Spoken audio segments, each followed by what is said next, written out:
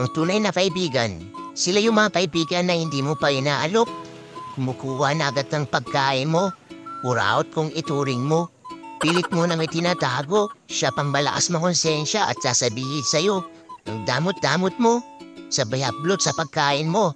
Ang tunay na kaibigan, kahit malungkot ka, pipiliti kang patatawanin.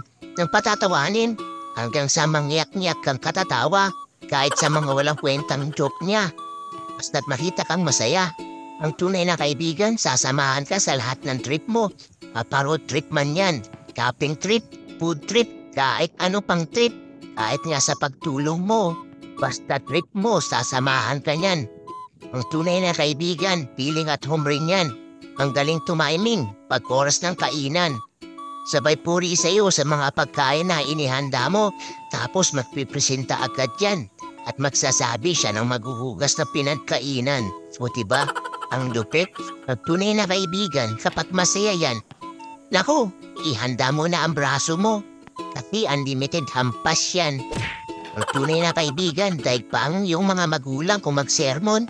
Pag nakikita ka niya na maling landas na ang tinatahak mo. At ang higit sa lahat, ang tunay na kaibigan ay hindi ka niyan iiwanan. Pag pakiramdam mo na tinalikuran ka na ng mundo, yung tipong magkakantahan kayo kahit sintonado. Walang pake, basta masaya lang. Ang tunay na kaibigan, kahit busog yan, kapag nanlibre ka, kapain ulit yan. Yung problemado ka na nga, bibigyan ka pa ng mga walang kwentang advice, mapangiti ka lang.